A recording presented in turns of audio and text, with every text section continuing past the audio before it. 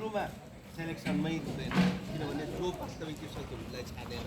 हिजो त यहाँ जानिएर दिपकको केसमा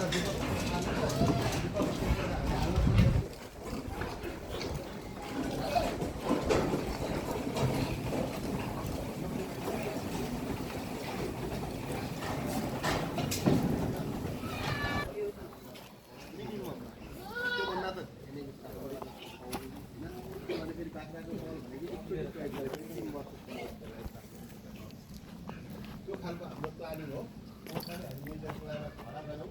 अहिले त यसपालि पनि अब कार्यक्रम छ के गर्छ 50 बाख्रा पाल्नेलाई चाहिँ यो मल प्रशोधन कार्यक्रम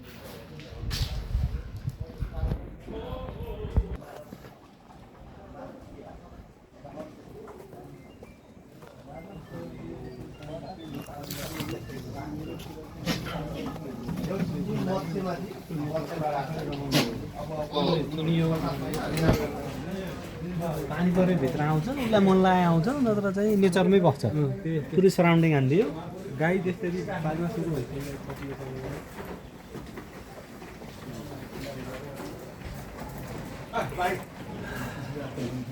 सर केही छ हजुरको भनाइ एकदमै राम्रो छ यो बाख्रा हामीले बोकाहरू हेर्दै हेर्छौँ यहाँ धेरै किसिमका बोकाहरू छ राम्रो गर्नु भएको छ उहाँहरूले एउटा देशको एउटा नमुना जस्तो यो तोतापारी हो ऊ त्यो तोतापारी र जमुनापारीको क्रस हो त्यो अदन्त्य हो अहिलेसम्म पनि 55-60 किलोको छ ऊ त्यो सोजात हो त्यो जमुनापारी हो यो गुज्री हो यी सबै यो बोकाको ब्लक हो टोटल्ली यसमा चाहिँ विशेष गरी सिरोही अजमेरी तोतापारी बिटल जमुनापारी खरी हैन झापका बोकाहरू छन् हामीसँग सान्दानका बोकाहरू पनि छन् पल्लो ब्लकमा बोयरका बोकाहरू पनि छन् यो सबै चाहिँ मिक्समा छन् यो चाहिँ बिक्रीको लागि तयारी बोकाहरू हो नि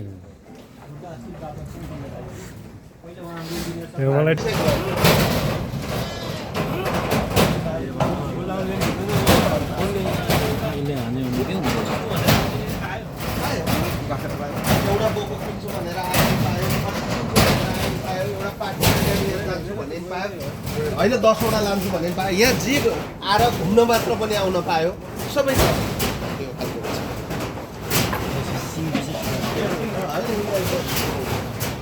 मान्छेले आयो मौका लाउनलाई आयो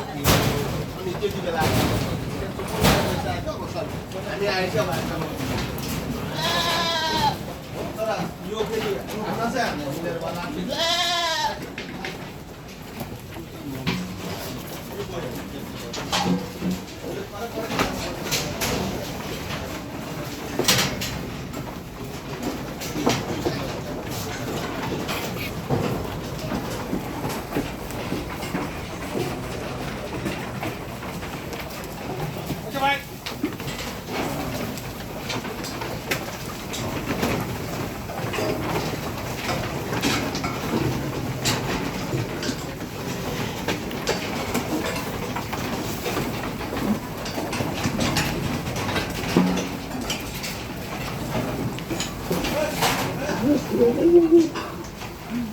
एभरेजमा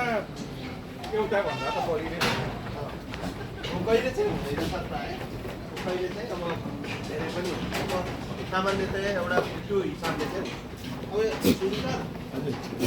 1% पीडा चाहिँ 50 55 किलो